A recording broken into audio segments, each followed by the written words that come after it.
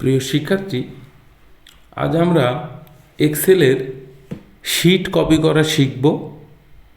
কোনো রকম ফর্মুলা বা ফাংশন মিস না করে, অর্থাৎ আপনি একটা শীট কপি করে অন্য শীটে বসাবেন, সেখানে ফর্মুলা এবং ফাংশনগুলো সব ঠিক থাকবে।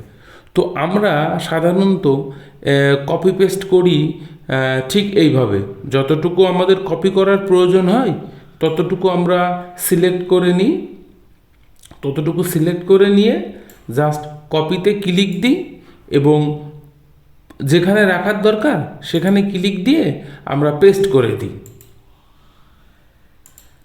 এতে করে কি হবে শিক্ষার্থী? এতে করে আমাদের ফর্মুলা বা ফাংশনগুলো ঠিক থাকবে না এবং ফরম্যাটটাও এলোমেলো থাকবে। কিন্তু এই কপি আর পেস্টের নিয়মটা একটু চেঞ্জ করে একটু অন্য উপায়ে যদি আমরা করি, তাহলে এক্সেলে ফর্মুলা এবং ফাংশন ঠিকঠাক রেখেই আমরা সঠিকভাবে সেম শিট অন্য শিটে কপি পেস্ট করতে পারি। তো এই জন্যে আমি প্রথম যে শিটটা কপি করব, শিক্ষার্থী লক্ষ্য করুন, আমি এই শিটটা কপি করব, সেম শিট অন্য জায়গায় হয়ে যাবে। এই ক্ষেত্রে আমি এই তীর চিহ্নে ক্লিক দিচ্ছি।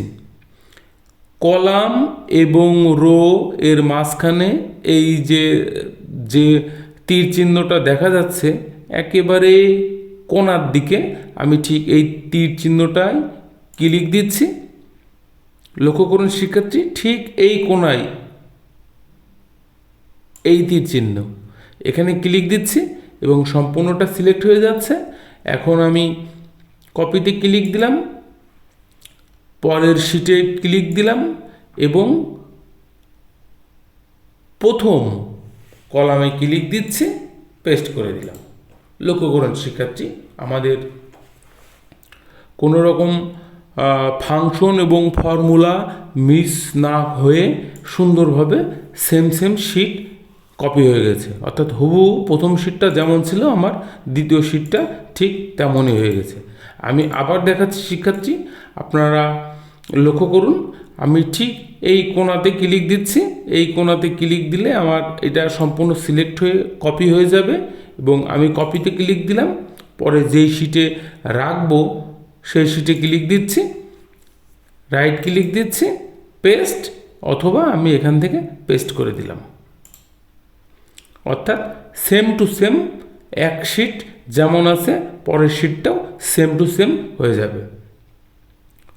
ধন্যবাদ সবাইকে।